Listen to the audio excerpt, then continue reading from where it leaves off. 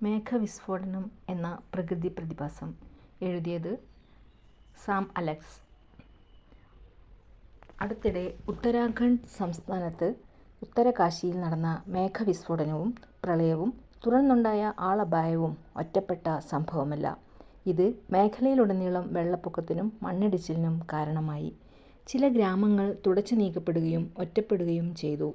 ശാപമൊഴിയാത്ത പ്രദേശമായി ഉത്തരാഖണ്ഡ് മാറിയെന്ന് നമ്മളും അവിടുത്തുകാരും കരുതിയാൽ തെറ്റ് പറയാനാവില്ലെങ്കിലും ഹിമാലയൻ ഭൂമിശാസ്ത്രത്തെയും കാലാവസ്ഥാ വ്യതിയാനത്തെയും വനനശീകരണത്തെയും മറ്റു വിവിധ വശങ്ങളെയും നാം ശാസ്ത്രീയമായി സമീപിക്കേണ്ടതുണ്ട്. എന്താണ് മേഘവിസ്ഫോടനം? ഒരു ചെറിയ ഭൂപ്രദേശത്ത് മണിക്കൂറിൽ 100 മില്ലിമീറ്ററിൽ കൂടുതൽ മഴ പെയ്യുന്ന അസാധാരണ കാലാവസ്ഥാ പ്രതിഭാസമാണ് മേഘവിസ്ഫോടനം. മേഘങ്ങൾ ചെറിയ സമയത്തിനുള്ളിൽ വൻതോതിൽ മഴ പെയ്യിക്കുമ്പോഴാണ് ഇത് സംഭവിക്കുന്നത്. ചൂടുള്ളതും ഈർപ്പം നിറഞ്ഞതുമായ വായു വേഗത്തിൽ മുകളിലേക്ക് നീങ്ങുകയും അവിടെ വച്ച് ഈർപ്പം ഘനീഭവിക്കുകയും ഒരു ചെറിയ സ്ഫോടനത്തോടുകൂടി മഴയായി പെയ്തിറങ്ങുകയും ചെയ്യുന്നു. ചൂടും ഈർപ്പവും ഉള്ള വായുപ്രവാഹങ്ങൾ വേഗത്തിൽ ഉയർന്ന് അന്തരീക്ഷത്തിലെത്തി ക്യുമുലോനിംബസ് മേഘങ്ങൾ ഉണ്ടാകുന്നു. ഇങ്ങനെ മേഘങ്ങളിൽ അടിഞ്ഞുകൂടിയ വെള്ളം അവയ്ക്ക് പിടിച്ചു നിർത്താൻ കഴിയാതെ വരുമ്പോൾ പേമാരിയായി ഭൂമിയിലേക്ക് പെയ്തിറങ്ങുന്നു. ഇത്തരം കുറഞ്ഞ സമയത്തിനുള്ളിൽ ശക്തിയായി മഴ പെയ്യുന്ന ഭൂമിശാസ്ത്രപരമായ പ്രദേശം ഏകദേശം 20 മുതൽ 25 ചതുരശ്ര കിലോമീറ്ററാണ്. കുറഞ്ഞ സമയത്തിനുള്ളിൽ വലിയ തോതിൽ മഴ പെയ്തിറങ്ങിയാൽ, പ്രത്യേകിച്ച് രക്ഷപ്പെടാനുള്ള വഴികൾ ഇല്ലാത്ത സ്ഥലങ്ങളിൽ മേഘവിസ്ഫോടനങ്ങൾ വിനാശകരമാണ്. ജനസാന്ദ്രത കൂടുതലുള്ള പ്രദേശങ്ങളിൽ ആളപായവും സ്വാഭാവികമായി കൂടുതലായിരിക്കും. ഇങ്ങനെ പെയ്യുന്ന മഴ ഡ്രെയിനേജ് സംവിധാനത്തെയും സ്വാഭാവികമായി ഒഴുകുന്ന ചെറുനദികൾ നീരൊഴുക്കുകളെ ഒക്കെയും തടസ്സപ്പെടുത്തുകയും പെട്ടെന്നുള്ള വെള്ളപ്പൊക്കത്തിന് ഇത് കാരണമാവുകയും ചെയ്യും. ഉത്തരാഖണ്ഡ് പോലെ കുത്തനെയുള്ള ഭൂപ്രദേശങ്ങളിൽ ജലപ്രവാഹത്തെ ത്വരിതപ്പെടുത്തുകയും മണ്ണിടിച്ചിലിനും അവശിഷ്ട പ്രവാഹത്തിനും ഇത് കാരണമാകുന്നു. മേഘവിസ്ഫോടനങ്ങളുടെ പ്രാദേശികവും വളരെ പെട്ടെന്നുള്ളതുമായ സ്വഭാവം മൂലം ജനങ്ങൾക്ക് പ്രവചിക്കാനോ കണ്ടെത്താനോ പ്രയാസമാണ്. അതിനാൽ ഈ പ്രകൃതി പ്രതിഭാസം ഒരു മുന്നറിയിപ്പും നൽകുന്നില്ല എന്ന് വേണം മനസ്സിലാക്കാൻ. എന്തുകൊണ്ട്? ഇന്ത്യയിൽ വടക്ക് കിഴക്കൻ ഹിമാലയത്തിലെയും അപ്പർ ഹിമാലയത്തിലെയും മധ്യ ഹിമാലയത്തിലെയും പർവ്വത പ്രദേശങ്ങളിൽ മേഘവിസ്ഫോടനം സർവ്വസാധാരണമാണ്. ജൂൺ, ജൂലൈ, ഓഗസ്റ്റ് മാസങ്ങളിൽ പടിഞ്ഞാറൻ മൺസൂൺ കാറ്റുകൾ അറബിക്കടലിൽ നിന്നും ബംഗാൾ ഉൾക്കടലിൽ നിന്നും പുറപ്പെട്ട് സമതലങ്ങളെ മറികടന്ന് ഇന്ത്യയുടെ പർവ്വത പ്രദേശമായ വടക്കൻ ഭാഗത്തേക്ക് നീങ്ങുകയും പർവ്വതങ്ങൾക്ക് മുകളിലൂടെ ചൂടുള്ളതും ഈർപ്പം നിറഞ്ഞതുമായ വായു വേഗത്തിൽ ഉയരുകയും ഈ വായു കുത്തനെയുള്ള ചെരിവുകളിലൂടെ ഉയരുമ്പോൾ തണുക്കുകയും വലുതും തീവ്രവുമായ മേഘങ്ങൾ രൂപപ്പെടുകയും ചെയ്യുന്നു. ഈ മേഘങ്ങൾക്കുള്ളിലെ കാറ്റ് മഴത്തുള്ളികളെ കുടുക്കി വളരെ വലുതായി കനത്ത ജലത്തുള്ളികളായി പെട്ടെന്ന് താഴേക്ക് പതിക്കുന്നു. അങ്ങനെ മേഘവിസ്ഫോടനം സംഭവിക്കുന്നു. ജമ്മു കാശ്മീർ, ലഡാക്ക്, ഹിമാചൽ പ്രദേശ്, ഉത്തരാഖണ്ഡ് എന്നീ സംസ്ഥാനങ്ങളിൽ മേഘവിസ്ഫോടനം സംഭവിക്കാൻ ഹിമാലയൻ പ്രദേശങ്ങളിലെ പ്രാദേശിക ട്രോപ്പോളജി, കാറ്റിൻ്റെ സംവിധാനങ്ങൾ, താഴ്ന്നതും ഉയർന്നതുമായ അന്തരീക്ഷങ്ങൾക്കിടയിലുള്ള താപനില ഗ്രേഡിയന്റുകൾ എന്നിവ കാരണമാകുന്നു. ഹിമാലയൻ പ്രദേശങ്ങളിൽ മേഘങ്ങൾ പെട്ടെന്ന് അന്തരീക്ഷത്തിലേക്ക് ഉയരുകയും കുത്തനെയുള്ള ഭൂപ്രകൃതി വായുവിനെ മുകളിലേക്ക് തള്ളിവിടുകയും മഴ തീവ്രമാക്കുകയും ചെയ്യുന്നു. വെല്ലുവിളികൾ. മേഘവിസ്ഫോടനങ്ങളുടെ ചെറിയ ഭൂമിശാസ്ത്രപരമായ വിസ്തീർണം അവയുടെ പരിമിതമായ റെസല്യൂഷൻ കാരണം ഉപഗ്രഹങ്ങൾക്ക് കണ്ടെത്താൻ ബുദ്ധിമുട്ടാണ്. ഈ കാരണങ്ങൾ കൊണ്ടുതന്നെ ഭൂതല നിരീക്ഷണ കേന്ദ്രങ്ങൾക്കും അവയുടെ സവിശേഷതകൾ പകർത്താൻ പ്രയാസമാണ്. ഒന്നിലധികം കാലാവസ്ഥാ റഡാറുകളുടെ ഉപയോഗം സമയബന്ധിതമായി മുന്നറിയിപ്പുകൾ നൽകാൻ സഹായിക്കുമെങ്കിലും അത് നടപ്പിലാക്കാനുള്ള ചിലവ് ഒരു വെല്ലുവിളിയായി തുടരുന്നു.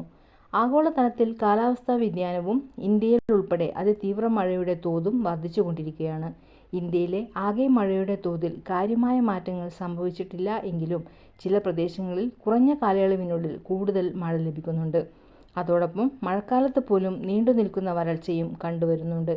മഴ കുറയുന്ന ഈ കാലഘട്ടങ്ങൾ തീവ്രമായ മഴയുടെ ആഘാതം വർദ്ധിപ്പിക്കുകയും ജലലഭ്യതയെ കൂടുതൽ ബാധിക്കുകയും ചെയ്യുന്നു. പോംവഴികൾ. മുൻപ് സൂചിപ്പിച്ചതുപോലെ മേഘവിസ്ഫോടനങ്ങൾ യാതൊരു മുന്നറിയിപ്പും തരുന്ന ഒരു പ്രതിഭാസമല്ല. ചെറിയ ഭൂപ്രദേശത്ത് സംഭവിക്കുന്നതായതുകൊണ്ട് ഉപഗ്രഹങ്ങൾക്കും കണ്ടെത്താൻ പ്രയാസമാണ്. എന്നിരുന്നാലും പുതിയ സാങ്കേതിക വിദ്യകൾ ഉപയോഗിച്ച് കാലാവസ്ഥാ നിരീക്ഷണ സംവിധാനങ്ങളുടെ മെച്ചപ്പെട്ട പ്രവർത്തനത്തിലൂടെ തദ്ദേശവാസികൾക്ക് മുന്നറിയിപ്പ് നൽകാൻ കഴിയണം. നിർമ്മാണ പ്രവർത്തനങ്ങൾ നിയന്ത്രിച്ച് വെള്ളപ്പൊക്ക സാധ്യതാ പ്രദേശങ്ങൾ മുൻകൂട്ടി നിർണ്ണയിക്കുകയും വേണം. മെച്ചപ്പെട്ട ഭൂവിനിയോഗ രീതികളാണ് മറ്റൊന്ന്. മണ്ണ് സംരക്ഷണം, വനവൽക്കരണം, മഴവെള്ള സംഭരണം എന്നിവയിലൂടെ നീരൊഴുക്ക് കുറയ്ക്കാൻ സാധിക്കണം. പ്രകൃതി ദുരന്തങ്ങളെ ചെറുക്കുന്നതിനായി റോഡുകൾ, പാലങ്ങൾ, ജലവിതരണ സംവിധാനങ്ങൾ തുടങ്ങിയ അടിസ്ഥാന സൗകര്യങ്ങൾ ശക്തിപ്പെടുത്തണം. സമൂഹ പങ്കാളിത്തത്തിലൂടെ ദുരന്ത സാധ്യത ലഘൂകരണ പ്രവർത്തനങ്ങൾ ശക്തിപ്പെടുത്തുകയും അടിയന്തര ദുരന്ത പ്രതികരണ പദ്ധതികൾ വികസിപ്പിക്കുകയും വേണം. ഈ പറഞ്ഞതിനെല്ലാമായി വേണ്ടത്ര വിഭവശേഷി സംഭരിക്കേണ്ടതും നിയമനിർമ്മാണങ്ങൾ നടത്തേണ്ടതും ഉത്തരവാദിത്തപ്പെട്ട ഭരണകൂടത്തിൻ്റെ ചുമതലയാണ്. കാലാവസ്ഥാ വ്യതിയാനവും കേരളവും.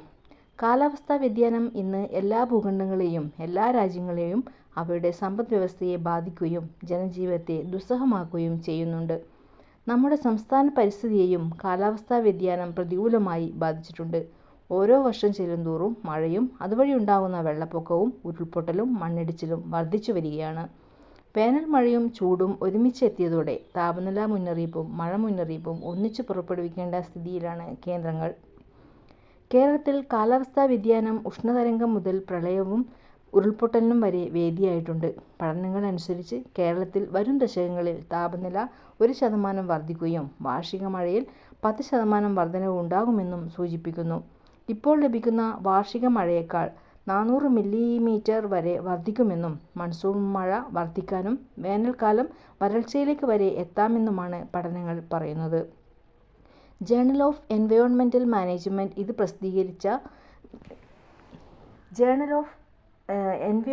മാനേജ്മെന്റ് പ്രസിദ്ധീകരിച്ച ലേഖനത്തിൽ കനത്ത ചൂടും അതോടൊപ്പം മഴയും എത്തുന്നതോടെ വരും വർഷങ്ങളിൽ കേരളത്തിൽ വലിയ പാരിസ്ഥിതിക സാമൂഹിക ആരോഗ്യ പ്രത്യാഘാതങ്ങളിലേക്ക് വഴിതെളിക്കും എന്ന് മുന്നറിയിപ്പ് നൽകുന്നുണ്ട്.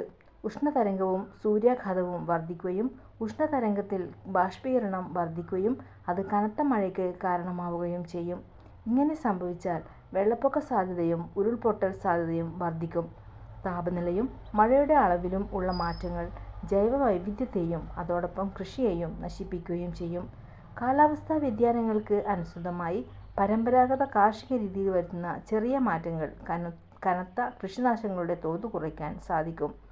അടിയന്തരമായി ഒറ്റക്കെട്ടായി നിന്നുകൊണ്ട് വനവൽക്കരണം വർദ്ധിപ്പിച്ചും അന്തരീക്ഷ മലിനീകരണം കുറച്ചും പരിസ്ഥിതി സൗഹൃദമായ സാങ്കേതിക വിദ്യകൾ ഉപയോഗിച്ചും കാലാവസ്ഥാ വ്യതിയാനം ഉയർത്തുന്ന പ്രത്യാഘാതത്തിൻ്റെ തോത് നാം കുറച്ചേ മതിയാകൂ.